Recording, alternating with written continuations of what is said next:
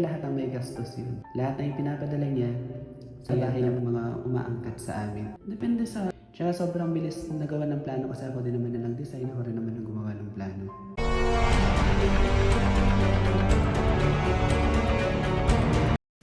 Ayan, so another gameplay. Pero ngayon with the trick.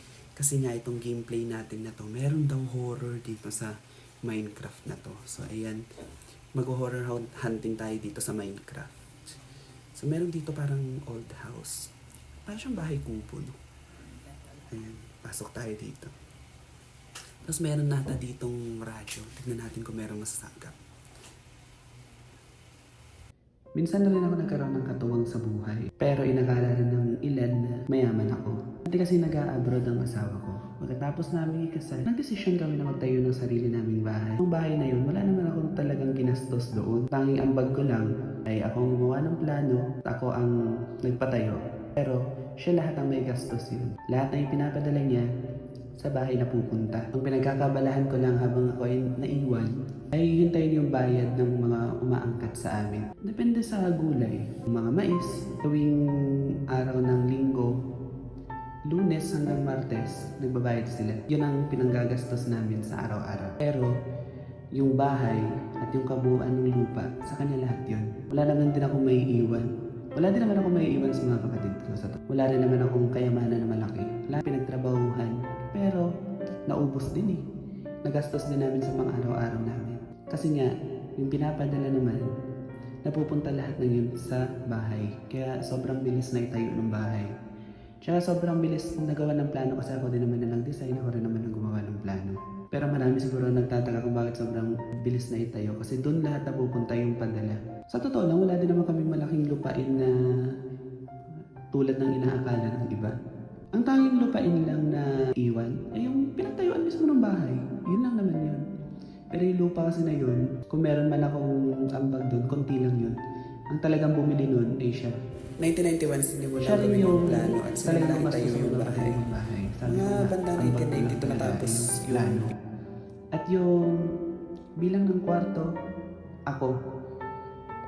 Pero wala din naman ako naiwan na malaking pera sa mga kapatid ko. Lahat na yun sakto lang. Tsaka wala din akong malaking pera. Lahat na yun pinaghirapan, lahat na yun pinagtrabahuhan. Pero nagamit din ang lahat. Siyempre maraming gastos. Hindi naman pwede na basta-basta ng pagkain na napakain mo sa mga ano. Wala na rin namang ibang lupa pa na naiwan. Sa totoo lang, kung naniniwala ako sa isang reincarnation, kung sakaling totoo ang reincarnation, malamang gigising ako na ibang tao na. Maaaring nananatili pa ang iba sa utak, pero lahat ng wala na sa puso. Wala sa puso, ibig sabihin, nasa utak na lang, tanging memorya na lang. Kung meron mga naiwan na alaala at mga kailangan pang ilinaw, yun na lang yun, pero wala nang pakiramdam at lalo wala na sa puso. Sa ngayon, ang tanging pinagkakabalahan ko na lang ang siguro ayusin yung ibang pamilya na may mga hindi pagkakaunawaan. Yung parang mga misunderstanding siguro sa mga buhay nila. Total, chismosa rin naman ako nung araw. Baka yun na lang ang pagkakabalahan ko ngayon. So, ganun pala ka-intense yung yung laman nito. O, sige, balik na ako sa Balik na ako sa bahay. Wait. Tapos na tayo, sara na natin yan. Sara natin yung gate. Wala naman masyadong horror. Akala ko meron siyang horror train dito. O, wala pa na. Oo.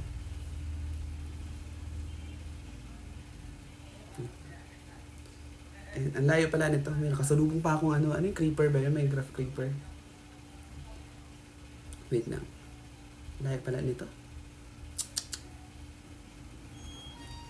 So, nandito na tayo. Meron pang gagambang malaki sa daan. Ang sara natin yung gates. So, magpapatugtog muna ako ng speaker para hindi na rin ako masyado magsalita dito. Para yung tunog na lang ng speaker marinig din niya.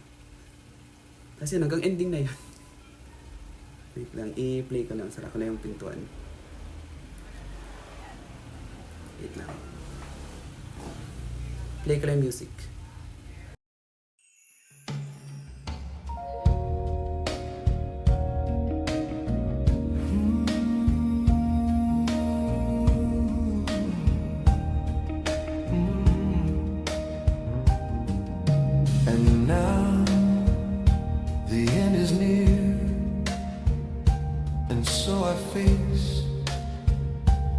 final curtain, my friend, I'll say it clear, I'll state my case, of which I'm certain.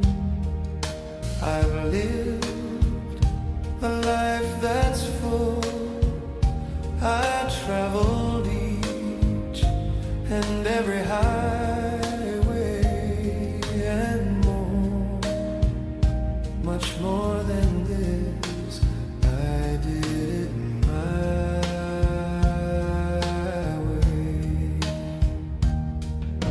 Regrets, I've had a few, but then again, too few to mention.